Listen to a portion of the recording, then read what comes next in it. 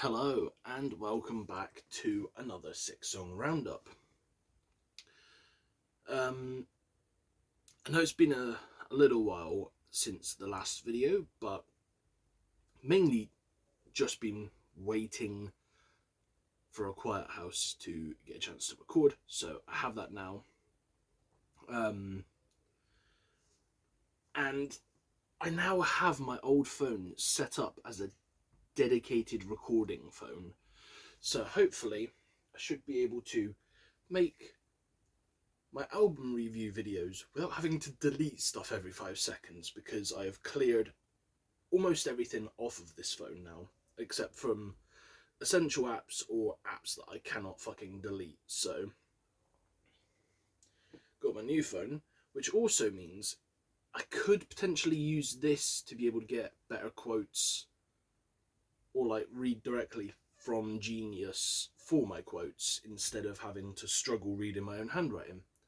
So that's something I might play around with. So without any further ado, we are going to jump right into episode 23 of the 6-song roundup today. Also, apologies if the lighting is a bit shit. I did have my my curtains open, but the light kept kind of like flickering and stopping the camera from focusing. So what I might do is I might pop that on. It seems a little bit better. But now you've got like yellow light, natural light, so fuck it, we move. So 6-song roundup. Starting off, we've got a band that I'd never heard of. And this was Monument of a Memory and their song Victorious When the Devil Failed, featuring Will Ramos of Lorna Shore. And this song was literally just shy of 4 minutes long. So we get some nice guitar builds into the song, which kind of carries on nicely and pairs well with the drum work, which was very solid throughout. The vocals here by the Monument of a Memory singer are solid and crisp and like quite a solid set mid-tone vocal. And in the later portion, we drop out of the song and then slowly build back into Will's feature, which, if anything, I would say, considering who Will Ramos is, it was very fucking short and he didn't really... That was weird. My mic just literally like almost got pushed out of my hands. It felt really short, and especially seeing as who he is, you know, and what he can do. I think trying to get him just to do like, what was it, maybe like 20 seconds of vocals was a little ambitious. To like, if you'd given him maybe like a little bit more, it probably would have been a better feature. Which normally features aren't something I'd be like about, but this one was like literally, like I said, 10-20 seconds. It was kind of weak, especially for the vocalist that it is.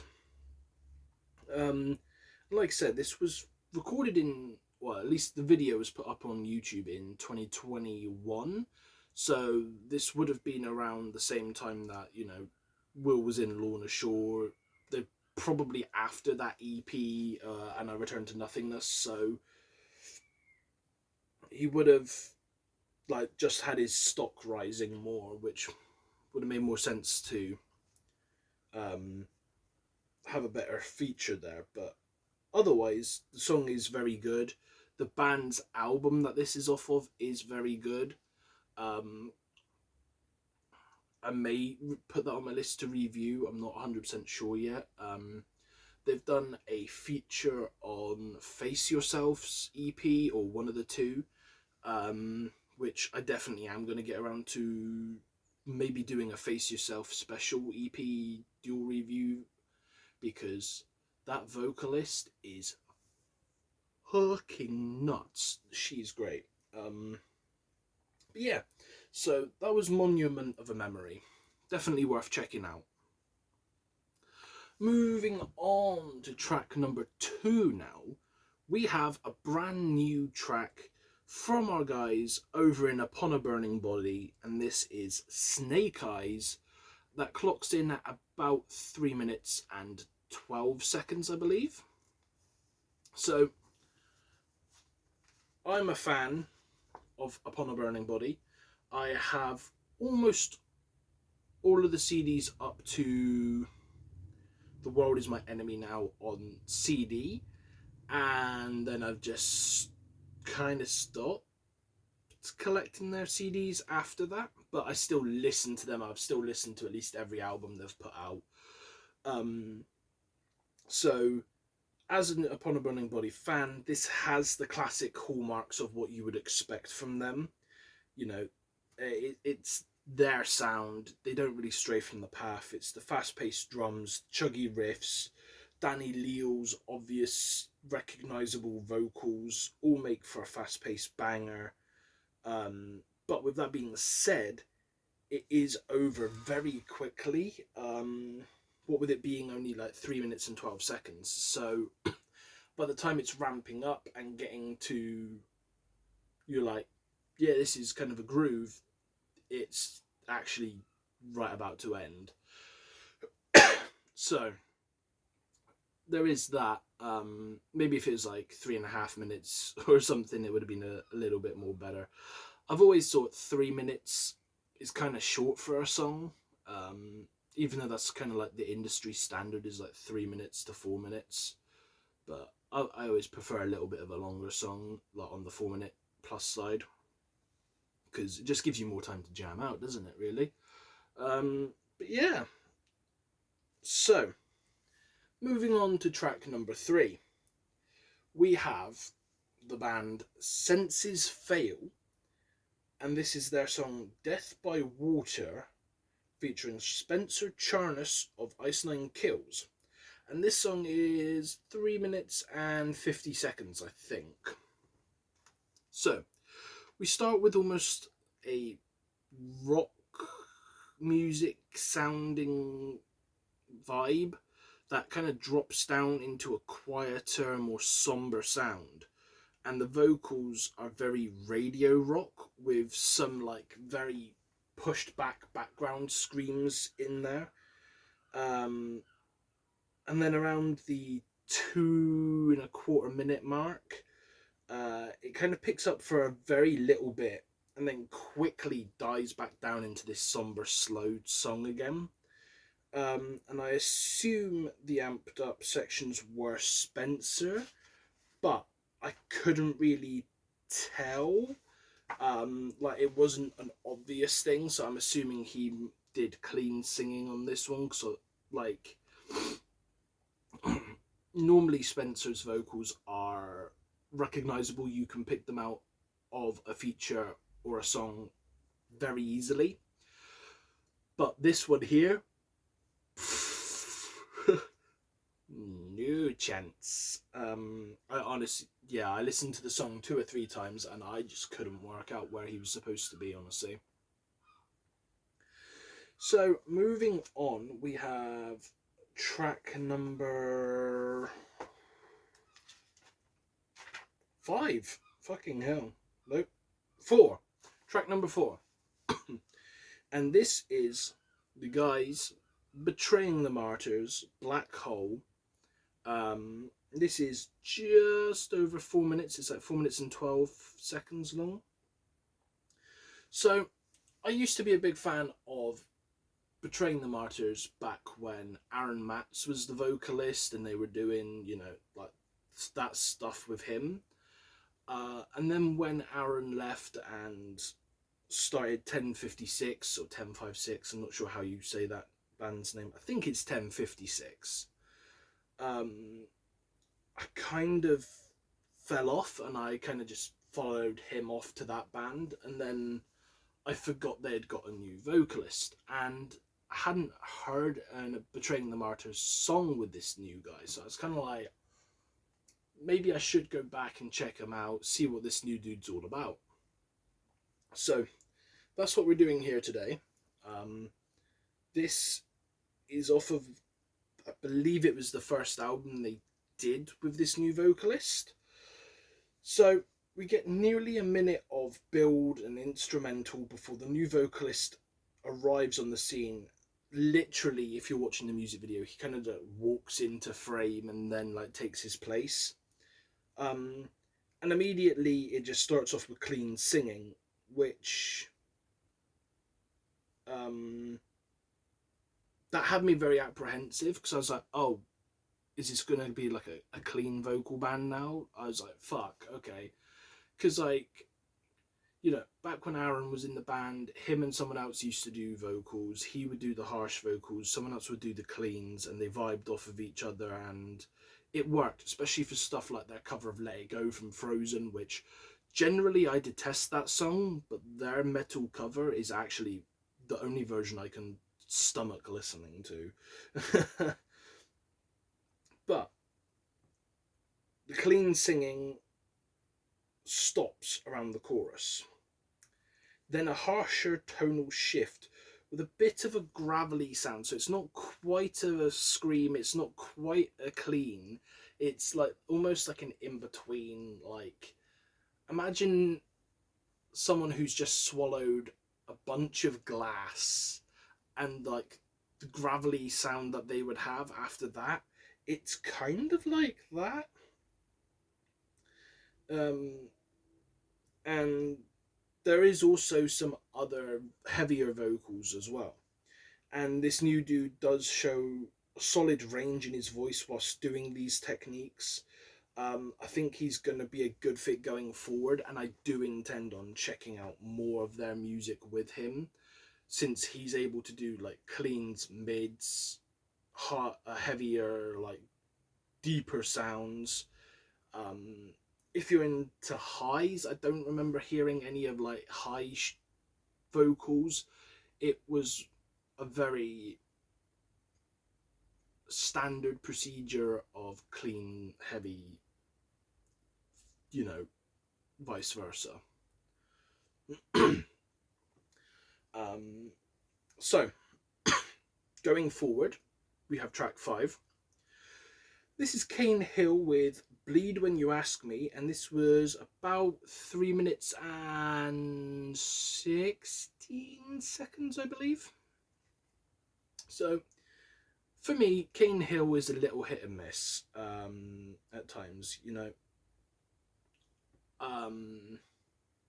Some of their earlier works, like Gemini, fucking love it. Too Far Gone, that album, love it. Like, most of their early works I love, but then after Too Far Gone, they kind of lost me when they put out that one EP where it was like, oh, I can't remember the name of it, but it was like orange and black, and it had like some kid with a balloon staring into a pool, and it was like all clean singing and stuff. I'm pretty sure that was it. And yeah, I wasn't big into that, and they kind of lost me. I was like, nah, I'm just gonna stick with, you know, the stuff I like. And then they kind of put out a few more albums, and I'm like, I checked them out, and I'm like, it's almost like they've evolved into a sound that was, I don't want to say easier to do, but maybe a sound that was more fitting of what they wanted. I don't know if they were happy with like their earlier stuff, but they definitely seem a bit more into this sound that they have now, unfortunately, where it's a bit more lulled. Like I say, this song has some solid drum work and some interesting guitar tones to it. The vocals are weirdly mixed, I think, or it has maybe an effect over the vocals that's kind of giving it almost like this distortion and making it seem weirdly further back than it actually is, or something like that. I'm not 100% sure, but there is something there. I just can't quite put my finger on what it is that I don't like about the vocals on that one. It's a semi-solid song, but it is not my favourite Cane Hill song whatsoever. So if you're a fan of Cane Hill and you're not a fan of their newer sound like me, you're probably not going to enjoy this song. But if you do like Cane Hill's newer sound, you may like that song. So, I believe, if I'm correct, this now brings us to the final track, track number 6. And here we sit with Crowleys Deal. And this is their song Down Again. And it clocks in at about 4 minutes and 15 seconds. So, Crowleys Deal. I love the name. It is a sick name for a band. The drums are fast as fuck here with some chugging guitars over the top. The vocalist has a decent mid-range sound. And it sounds like really clean, really crisp. But her deeper vocals sounded a little bit raw in areas. Not like rawer. Fuck it. You'll get what I mean. But I think I believe this is their only song out so far, because I did look up other material of theirs just to see if that rawer sound was something they have in all of it. But I couldn't find anything else from them. So hopefully, over time, if these guys put out some more songs, maybe they'll be able to polish that up. But I definitely see a lot of potential in Crowleys Deal. It's, it's got something old school there that just needs that little bit of polishing, and then I think they've got a very, very good sound, because like I said, the mids are clean, the drum work was super, the guitar work was super. The only thing that I didn't like was the harsher vocals, where it almost sounded like she was straining herself a little bit too much. And obviously, as we know from certain people in the industry, like fucking Ollie Sykes and stuff like that, if you strain yourself too much and if you use the wrong technique, you can fuck your vocal cords. And for a band that shows this much potential, that is the last thing I would want to see happen, is, something twang and, that their vocalists not be able to do anything anymore, because, like I said, potential is there. So I'm definitely going to be keeping my eyes on Crowleys Deal. Hopefully they'll put out some more songs. Hopefully, they'll tap into that potential and fucking keep rocking it. So without further ado, that has been the video, and I will see you in the next one. So the next one we have got, I believe, is a double EP review episode, which is episode 4, which features King 810 and another band which I have forgotten to write down. They're on my phone. I've got them on the thumbnail. But I will be getting to work on that tonight. So hopefully there should be another video soon. So without further ado, I will be loving you and leaving you. And remember to stay safe out there, my friends. Goodbye.